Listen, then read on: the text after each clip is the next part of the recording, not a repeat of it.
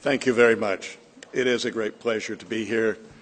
And Andy Liebman just gave a great speech, and it's very hard to follow that kind of wisdom that he talked about his 7 lessons. I'm going to talk a little bit about my personal recollections of the 1973 war, give some of the context about what we faced, how we handled it or didn't handle it, and I think it'll be very interesting. I do, of course, want to thank CIA Historical Collection Division for declassifying the 400-odd documents, some of which I helped create at one time. And I also am very honored to be here at the Richard Nixon Presidential Library and the fact that it's helping sponsor this. I'm also honored to be here with many of my friends, people I worked with years ago. I could talk about all of them and name all of them, but I want to just say I'm especially honored to be part of a symposium that features Dick Kovar, who taught me a lot about critical thinking, writing, and intelligence analysis. This is very much a personal account of what to some seems to be very distant history, refreshed by these 400-odd documents that's been declassified, and trying to think accurately and with relevance what occurred back in 1973 is very hard. So if there are any inaccuracies, I know that Dick Kovar will certainly correct them. Let me just explain my role at the time. I had entered the CIA in 1958. I had advanced to being a senior analyst and branch chief in the elite Office of Current Intelligence by 1971. Spent a year at the War College, came back, worked on the President's Daily Brief for over a year. At that stage, we transitioned from Jim Schlesinger to Bill Colby. Bill Colby innovated by having a newspaper form for the President's Daily Brief, which people forget. I didn't particularly like that form. I was very perplexed by trying to formulate the headlines. I found the hardest thing was to capture the essence of this intelligence brief, because you only had a certain number of spaces in order to do a title if it's a newspaper. But Colby was very proud of it. He really did like it. Working for the President's Daily Brief is always, it's invigorating. You learn about the most sensitive intelligence activities of the community and the CIA, and exposed me to writing and to critical thinking skills. In early 1973, I was asked by Dick Lehman, who ran the Office of Current Intelligence, and by Bruce Clark, Jr., who ran the Office of Strategic Research, which did in-depth military intelligence, and to become head of production, current military intelligence production in the Office of Strategic Research, on loan from the Office of Current Intelligence. At that time, Bruce Clark said he was under pressure from the Office of Weapons Intelligence, also from what was known as the Foreign Missile Space Analysis Center, or FLIMSAC, to get more of their technical intelligence into CIA current publications and to improve the quality overall and writing for current intelligence of military analysis. I found this a very challenging assignment, and I thought, though, running current military production in what was then called the Regional Analysis Division of the Office of Strategic Research to be really a great job. We worked on Soviet Union, China, Eastern Europe, Middle East, and South Asia. Both Bruce Clark and Dick Lehman were pleased with the results. Being a production manager, Dick Kovar knows how to do this. Evan Heinemann, who was head of the Foreign Missile Space Activities Center and later Director of Science and Technology at CIA, he also was pleased because he got more of his technical assessments in it. But he came over to see Bruce Clark, and he said to Bruce Clark, "Who is this guy, Allen? He's turning my great technical assessments into Peter Rabbit English." So I'll always remember Bruce calling me in and saying, "You've just been called the guy who writes Peter Rabbit English." I only recall too well the difficulty of assessing Egyptian intentions opposite Sinai in 1973. You must remember that Egypt conducted military exercises in May and August, causing Israeli mobilization twice at great cost to Tel Aviv. I recall working with the head of the Middle East South Asian branch of the Regional Analysis Division of the Office of Strategic Research to ensure that we had the right kind of collection, technical, human. So we had the requirements out, and we understood pretty well the Soviet military shipments into Damascus and into Cairo. We did not always know the content, excuse me, the content of what was in the shipments, but we knew that they were very sizable back in those years. Our understanding of Egyptian and Syrian forces and their locations was only fair. Our understanding of Cairo's and Damascus' military intention were very poor. At the time, we lacked near real-time space imagery capability, something we take for granted today, and we depended instead on film capsules that were returned from space periodically, captured by an aircraft over Hawaii, and then we raced the film up to Rochester, New York, to Eastman Kodak, where we had a Tiger team ready to read out the results. So our technical collection in the form of imagery and the force dispositions of Egypt and Syria was surprisingly not that good. We had other technical intelligence, which was good, but it did not give us the depth or breadth of trying to understand the intention of either Arab state. I recall in late September, Egyptian forces arrayed along the Suez Canal again began exercises. We also detected exercise activity along the Israeli-Syrian ceasefire line in the Golan Heights.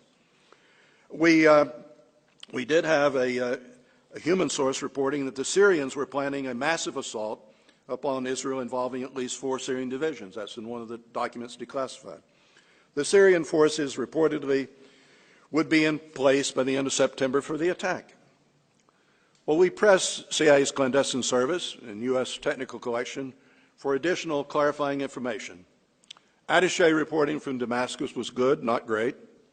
I can't recall any really good attaché reporting from Cairo. In late September, we were further alarmed when Moscow began withdrawing dependents. This is late September, from the Soviet embassy in Cairo. Now, if there ever was a great warning indicator, it was when this occurred. In retrospect, it's hard to fathom why we, and I, and CIA did not issue strategic warning of possible war in the Middle East. The Soviets knew things that we didn't know. We also had information that the Egyptian government was using civil transport to move troops and equipment toward the Suez Canal. Now, if there's ever a classical indicator of genuine preparation for war, when you disrupt civil society, this was it. In retrospect, pretty clear. The recall of the Soviet dependents did prompt the Secretary of State, Henry Kissinger, to send a cable to the chiefs of mission in key Middle Eastern countries. And further, Dr. Kissinger asked Bill Colby to send a cable to the region, urgently requesting assessments of the possibility that war could break out in the Middle East. I recall distinctly reading the reporting of those questions that were sent to the field. The chiefs of mission, the chiefs of stations agreed that tensions were high and that developments were making them uneasy. But they did not foresee any immediate likelihood of hostilities erupting in the Middle East. The Israeli intelligence services were unanimous that neither Egypt nor Syria, individually or combined, were prepared to attack Israel. The hubris with which the Israelis responded to U.S. queries was sort of palpable. I still remember that. Despite the worries we had in Washington, the vigor with which the Israeli intelligence services responded, I think, had a tremendous effect on agency assessments. I just can't overstate that. And it's now fascinating to read the declassified assessment that Ray Klein, then Assistant Secretary of State for Intelligence and Research, sent to Henry Kissinger on 30 September 1973. Dr. Klein, he's a former and greatly revered CIA operations officer, stated that there are reports that Syria is preparing to attack Israel, but conclusive evidence is lacking. Then he states further, in our view, the political climate in the Arab state argues against a major Syrian military move against Israel at this time. That was about 6-7 days before war broke out. During the period of increased tension, part of my duties in the Office of Strategic Research was to work with the Watch Committee of the United States Intelligence Board. The committee was established by Walter Beadle Smith in 1953 to provide warning of any surprise attack against the United States and its allies. The USIB, as we called it, the United States Intelligence Board, Watch Committee was composed of senior intelligence officers at the general officer or senior colonel level representing the major intelligence agencies, chaired by the Deputy Director of Central Intelligence. It met weekly during non-crisis times and daily during crises. And it approved every Friday morning you got a Watch Committee report. The head of the staff that supported the Watch Committee was the National Indications Center. Had about 25 officers. The head was a CIA officer named Thaxter Swan, known as Tax Swan. Very experienced CIA officer who had worked in both operations and analysis. I remember he came to me and to other officers in the Regional Analysis Division on 1 October 1973 to coordinate the Watch Committee report for 5 October. On 4 October, we concurred in the following language for the Watch Committee, and I quote, "We continue to believe that an outbreak of major Arab-Israeli hostility remains unlikely for the immediate future, although the risk of localized fighting has increased slightly as a result of the buildup of Syrian forces in the vicinity of the Golan Heights. Egyptian exercise activity underway since late September may also contribute to the possibility of incidents." That was it. On October the 5th, which was a Friday, in 1973, I spent a good deal of the day working with the analysts, both in the Office of Current Intelligence and the Office of Strategic Research, on a Central Intelligence Bulletin, from which a President's Daily Brief was written, on the continuing military activity in both Egypt and Syria. We assessed the state of activity in Egypt, including the alert of Egyptian air defense and air forces, as well as their ground and naval shipments, was worrying. We rationalized, however, that Cairo usually conducts such activities in the fall and the spring. Our lead sentence for the Current Intelligence Bulletin, which will live forever in my mind, stated as follows, quote, "The exercise and the activities underway in Egypt may be on a somewhat larger scale and more realistic than previous exercises, but they do not appear to be preparations for a military offensive against Israel," unquote. I remember distinctly putting to bed this Current Intelligence Bulletin about 2,000 hours on that Friday evening and stopping by CIA's Operations Center to see if any new intelligence had arrived. I was told by a watch officer that Fatah had gone on a war footing. This worried me a bit. I thought about calling in analysts to take a look at this and other material that seemed to be flowing in increased volume into the Ops Center, but it was Friday, been a long week, so I went home. At 0300 hours, my home telephone rang on 6 October. My wife passed the phone to me. On the other end of the connection was John Paisley, Deputy Director of the Office of Strategic Research, very brilliant and accomplished CIA officer. He said, "Come to work. Report to Dick Lehman. Dick Lehman will chair at 0900 hours a meeting of the Watch Committee." He further stated that the combined armies of Egypt and Syria would attack Israel in 4 hours. And there was nothing the Israelis could do to stop the attack because it takes Tel Aviv Defense Forces 72 hours to mobilize. My only question was, are you certain? Paisley said, Golda Meir has called Henry Kissinger to inform him of these facts, and the information is A1, which means it's authentic. I raced to Langley, reviewed the intelligence that had arrived, from open source as well as classified. And then I joined Lehman, who was in a car waiting, and we went off to the Pentagon. Lehman began chairing the Watch Committee just about 0900 hours, with a lot of notable military and civilian intelligence officers, healthy number of action officers racing back and forth. Reports are beginning to flow that Egyptian forces were poised to cross or were crossing the canal. The intelligence flow increased, action officers moved with greater rapidity, and at 0900 hours we had reports of dogfights over Goal Line between Israeli aircraft and Syrian aircraft. At this point, Dick Lehman, a very, very revered officer, said, "Gentlemen," there were no women members of the Watch Committee in those days, "we can do no good here. I suggest we return to our respected officers where we might actually be able to do some good." So those were very, very, that was a very interesting and paralyzing event. When we returned to Langley, all the senior officers of the Directorate of Intelligence were present. Dr. William, known as Bill Parmenter, Director of Middle East and African Division, Office of Current Intelligence, took the lead on what the agency should do next. He was a distinguished and decisive individual, armed with a doctorate from Harvard on colonial African history. He told Dick Lehman that plans were underway to establish the CIA task force, and he wanted Dick Kovar to head the task force. Kovar, of course, as I pointed out, was one of the agency's most distinguished intelligence analysts, an extraordinarily gifted writer and editor. He was generally viewed without peer in production management, having served in a whole series of senior analytic capacities.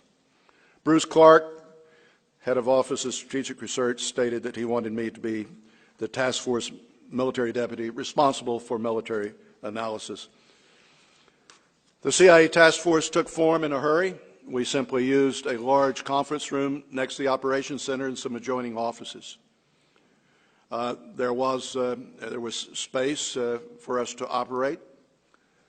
Dick Lehman, Bruce Clark, and Bill Parmenter said we would turn out a situation report every 4 hours around the clock, 7/24, until the conflict in the Middle East came to closure. The Director of Operations, which was adjacent to the task force, also was in easy reach to ask for the latest from our clandestine collectors abroad. Life became incredibly busy.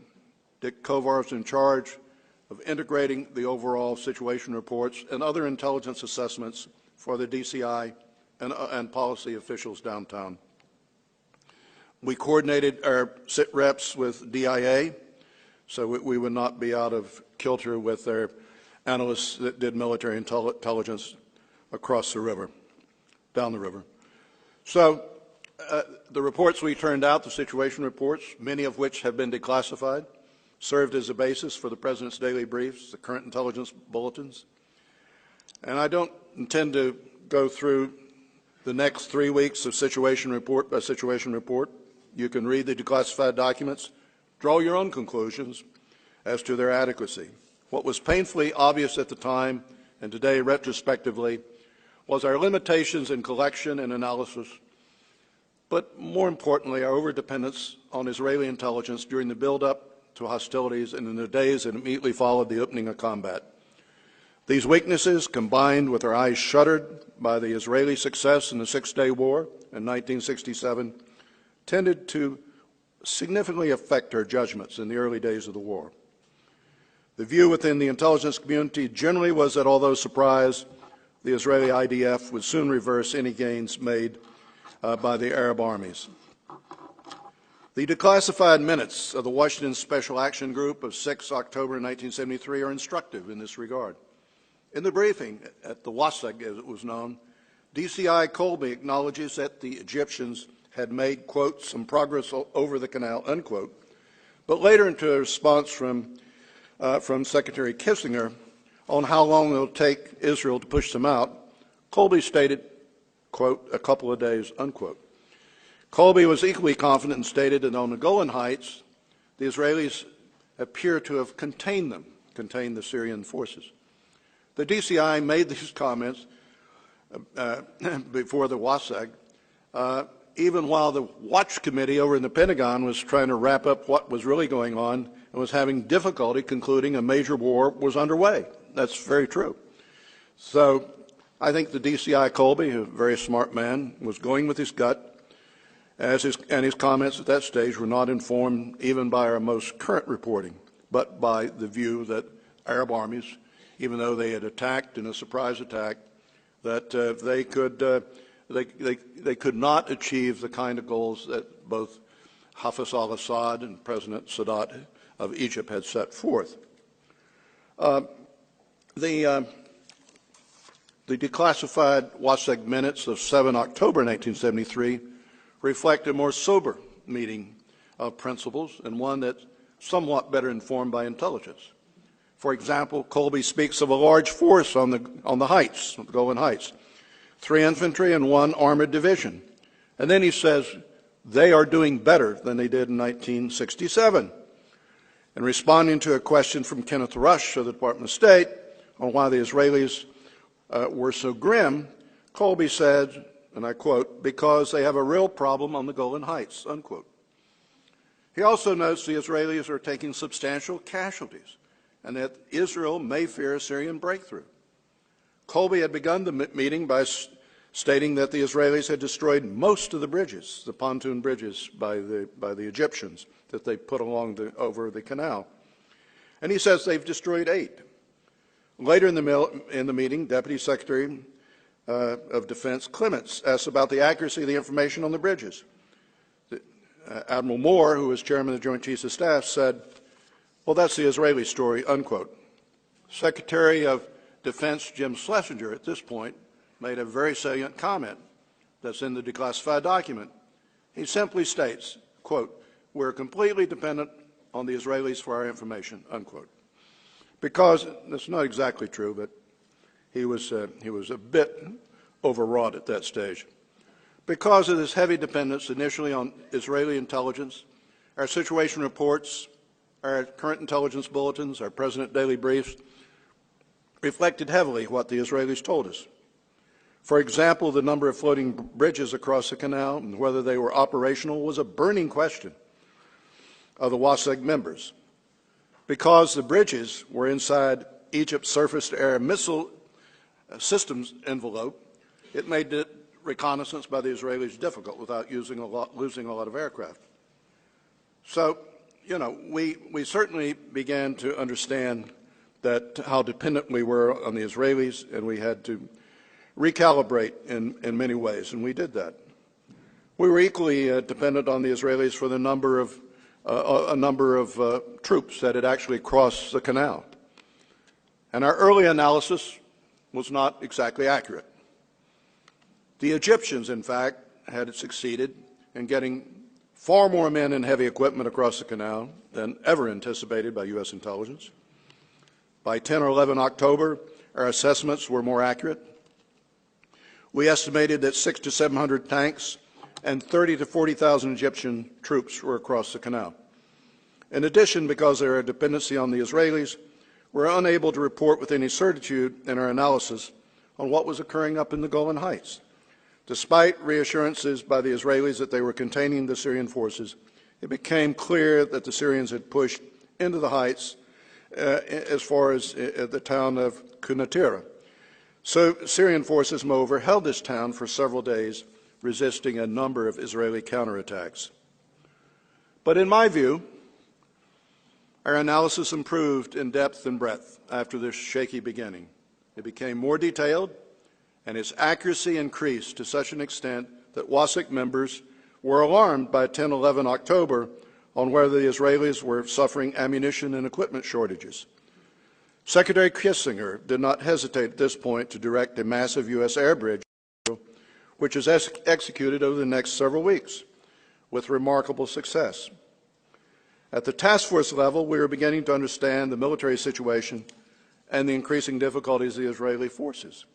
Although we assessed with confidence that the Israelis would prevail on both fronts, we knew that they were incurring substantial casualties and that they would require for the United States to provide resupply immediately.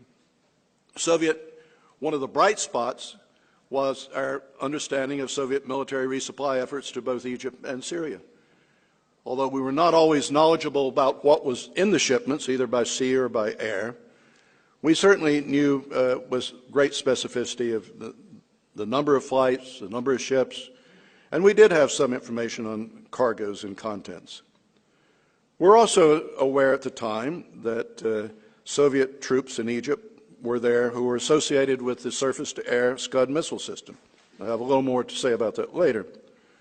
When Kissinger stated that the U.S. airlift should exceed that of the Soviets by 25%, I think the U.S. military knew from our intelligence just how to execute that directive.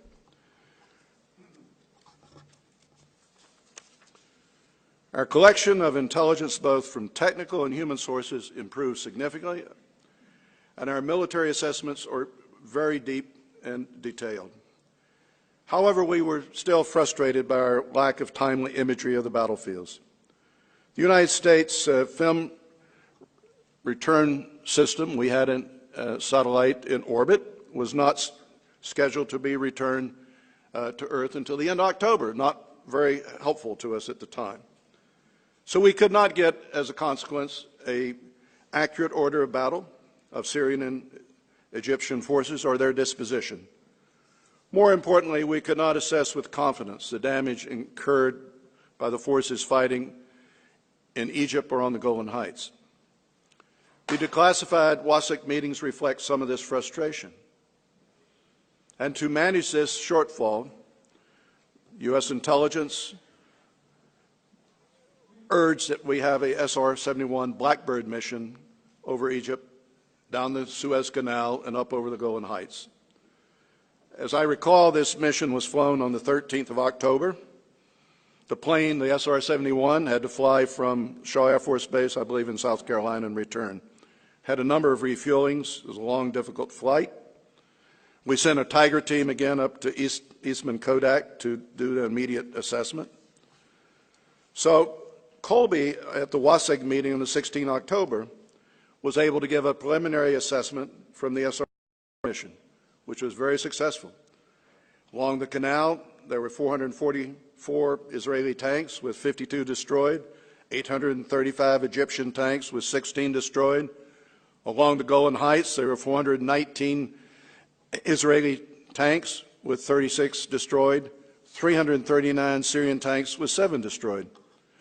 Dr. Kissinger noted during this exchange, well, there must be more than 7 destroyed on the Syrian front. He says, I do not believe that the Israeli claim of 800 tanks destroyed, but there must be more than 7. When Colby said, I agree, Kissinger stated, and it showed even in this great crisis, even the tremendous group that was formed, the WASC group, which was, as you read the minutes, you're awed by the decision-making and by the brilliance of the people around the table. So Kissinger says, well, I like precise intelligence, somewhere between 7 and 800. It's a quote directly from the minutes. I think it's a tremendous quote. Needless to say, the SR-71 flight was extraordinarily useful, not only in the United States, but to military planners in Israel. We saw and we knew that Israeli armor planned to attack across the canal in a seam between the Egyptian 2nd and 3rd armies. That we did know. The SR-71 imagery showed this seam, and within a day or two, the Israelis had not only crossed the canal, but with some heavy armor, were moving to cut off the Egyptian 3rd Army. Because of technical intelligence, we were able to track the Israeli movements with some precision. It was at that point I was directed by Bruce Clark or Dick Lehman, I can't remember who, to go with CIA's Office of Congressional Affairs to brief Senator Scoop Jackson, the famous Cold Warrior, anti-communist Democrat, whose support for the State of Israel was extraordinarily strong, on the Israeli breakout across the canal. I remember we met Senator Jackson in his office, not in a skiff, I think, as we were supposed to, but we quickly told him of the Israeli successes across the canal. We had imagery demonstrating this. I remember Senator Jackson responding enthusiastically. By the time we left, about an hour later, he was almost giddy with delight over the Israeli advances. Very interesting for an officer, very objectively trying to assess the intelligence, but Senator Jackson's support of Israel was truly undiminished. As the Israelis gradually gathered the upper hand militarily, both in Sinai and the Egyptian front, we continued around-the-clock situation reports, contributing to the current intelligence bulletins and the President's daily briefs. Other duties included meetings with agency officials, and Dick Kovar did a lot of this, including DCI Colby. The DCI was easy to brief. It was amazingly informal and always grateful. And all of these tense days as the fighting grew, climaxed, and then began to die down, but as the possibility of a confrontation with the Soviet Union grew, I never heard Bill Colby once raise his voice or show irritation to the officers supporting him. He was always the lowest key person in the room. Once I remember walking with him and others to the DCI elevator as he was headed downtown for a WASIC meeting. I was briefing him on some classified late-breaking developments, which I'd only written down in handwritten form. Colby listened carefully, but then asked for my handwritten notes. So he was stuffing them into his pocket as he disappeared and the elevator door closed and he went on his way to the White House. It is, that just showed the measure of Colby and his ability to be very calm, very cool under difficult circumstances. And I also had the opportunity at that time to frequently brief Ambassador, at the time he was Lieutenant General in uniform, Vernon Dick Walters. Dick Walters would arrive about 0600 every morning, and he would comment freely upon our analysis, bringing his own unique insights into what was occurring in the Middle East. He had a great interest in the movement of forces from other Arab states to join the Egyptian or Syrian front, and some declassified documents refer to these other Arab forces. He was familiar with many of the militaries. He had tremendous insight on the capabilities of Moroccan forces. He had worked with the Moroccan military in World War II and had respect for their courage and tenacity in fighting against German forces. Excuse me. General Walters was highly skeptical that 2 divisions promised by Saddam Hussein of Iraq would ever reach the Syrian front. And he was right. As far as I can recall, Iraqi forces never arrived in Syria until well after there was a ceasefire. It wasn't that far to move their forces. By October the 20th, the United States and the Soviet Union were working to broker a ceasefire under the aegis of the United Nations. The ceasefire, which went into effect on 22 October, unraveled quickly as the Israelis continued to attack and to cut off Egypt's Third Army and the city of Suez. The crisis deepened as the Soviets indicated they would not stand by if the Israelis continued to annihilate the Third Army. I'll leave it to Dick Kovar and others to discuss this particular phase of the war. I do know, however, that the WASIC operated, as I said earlier, as an extraordinarily high level of professionalism and always under the confident leadership of Dr. Kissinger. In retrospect, the delicate decision-making as orchestrated by Kissinger, as the declassified minutes, WASIC minutes show, was absolutely exquisite as the tensions rose between the 2 superpowers. With the passage of years, it's interesting how little the world seems to recall there was a risk of confrontation between the United States and the Soviet Union in October 1973. Neither I nor any of the military analysts had confidence that the 22 October ceasefire would hold, and we wrote that. What we did know was that the Soviet air bridge to Egypt and Damascus had been very heavy, and our concerns had arisen accordingly. I do recall on the 25th of October discussing repeatedly with Dr. Parmenter, Bill Parmenter, the potential insertion of Soviet paratroopers into Damascus. We're obtaining ambiguous information that Soviet paratroopers at Pskov were loading or about to load them onto transport aircraft. I remember we had flights going into both Cairo and Damascus on the 25th, but as usual, we did not know with great certitude the cargo. I remember Dr. Parmenter pressing me on this subject. He wasn't happy we could not give more precision. But of course, we didn't have the kind of real-time imagery that would show paratroopers uploading onto transport aircraft. We just didn't have it. What did happen, of course, was that President Nixon directed on the 25th of October to bring U.S. military forces to assume an increased alert, known as Defense Condition 3, DEFCON 3. We knew that all the airborne divisions were on alert, and the potential for Moscow to insert forces into the Middle East was rising. But we did not have national technical means at that time sufficient to support our crisis management. There was a very vital declassified report. It's a CIA memorandum dated 30 October 1973, entitled Soviet Nuclear Weapons in Egypt. It brought into sharp focus the question of how far the Soviets were prepared to go to protect their vital interests in the Middle East, especially with Egypt. As I recall, Dr. Fritz Ermarth, who was a senior official in the Office of Strategic Research, raised the issue of the possible introduction of Soviet nuclear weapons into Egypt fairly early on in the conflict. We knew tactical nuclear weapons could be used, that is, tactical nuclear weapons could be used with either with Scud missiles, either as a conventional warhead or with a nuclear weapon. I believe that probably Dr. Ermarth helped author that 30 October memorandum. It was a jarring memorandum, as I recall. We had some difficulty getting people within the intelligence community to believe that Moscow would introduce nuclear weapons into the Middle East theater.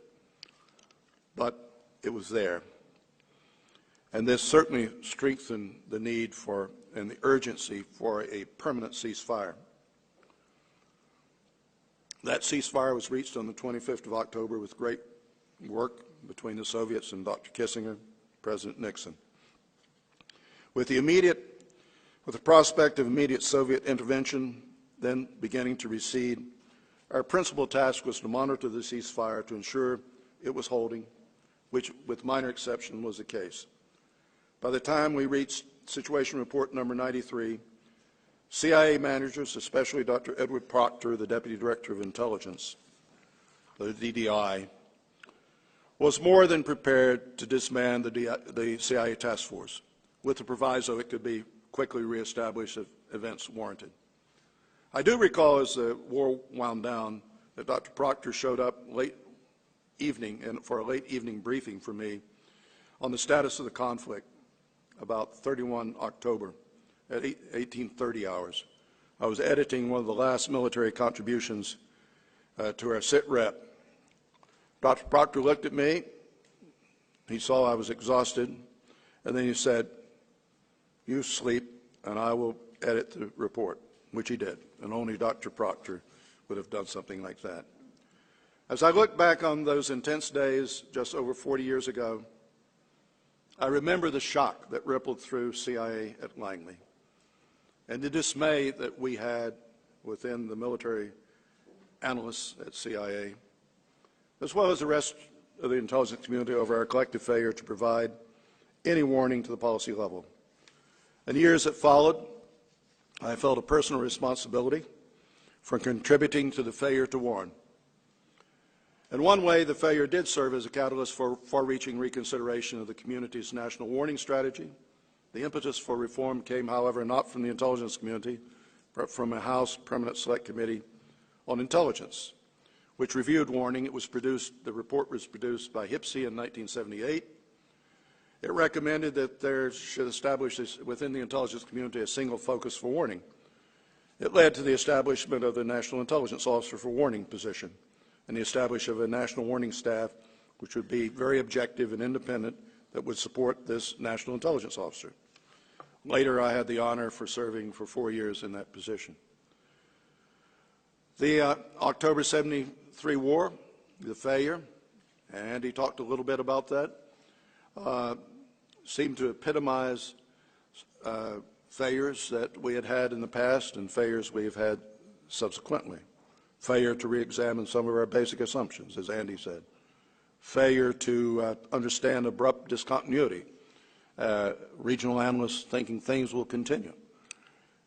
As Bob Gates said at the National Foreign Intelligence Board in 1988, that abrupt discontinuity is sometimes the last individual to recognize that is a country desk analyst, the regional analyst. He or she tends to think things will continue. And as Secretary Schlesinger has said, we initially were overly dependent on our allies, the Israeli intelligence, trying to understand what was going on. We minimized also, which was very unfortunate, the military capabilities and objectives, getting back to Andy's comment, of Egypt and Syria. We played down the significance of military indicators that Egypt and Syria were intent on war and willing to pay an extremely high price in blood and treasure.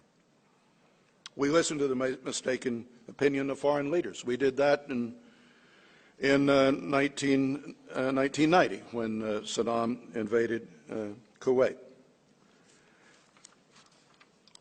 We all should read Richard Shyrock's outstanding review of the intelligence community post-mortem program, 1973 to 1975. It's been declassified. Very instructive, should be required reading for young officers entering intelligence. The lessons, unfortunately, are hard to learn. We're a much better intelligence community than we've ever been. We have more intelligence. We understand it better. Our analysis is better. Our collection is far better in massive ways. But at the same time, my greatest concern of the U.S. intelligence community today involves our more current reporting, our more immediate reporting, our more tactical reporting, than looking strategically, doing that long-term assessment, and being rewarded for those long-term assessments, and being able to provide warning when required. When I became the NIO for warning, I had been personally seared, as John Gannon told me, a former Deputy Director of Intelligence at CIA, by the 1973 failure. When Saddam Hussein threatened to invade Kuwait, we thought, and we saw mobilization of Iraqi forces, we thought they were very genuine preparations for war. They were not a bluff or a feint, but they were causing dislocation of the civil economy in order to move forces rapidly to southern Iraq on the border with Kuwait. I and my staff issued warning of war around the 24th of July, and we issued warning of attack on the 1st of August. At that time, we still had problems competing with the broader, larger community agencies which accepted more reassuring messages and which went to our senior policymakers. We're in the 21st century. We have in the information age, we have whole new challenges on the expectations of intelligence and the vital necessity of intelligence in the information age. We have policymakers coming in who come from a different prism because they're used to using Wikipedia, or they can look up anything they want. For us to remain relevant and positive, we not only have to learn from the lessons of the past, but we have to deal and accept, I think, a lot of the 7 lessons that Andy Liebman stated in his earlier address.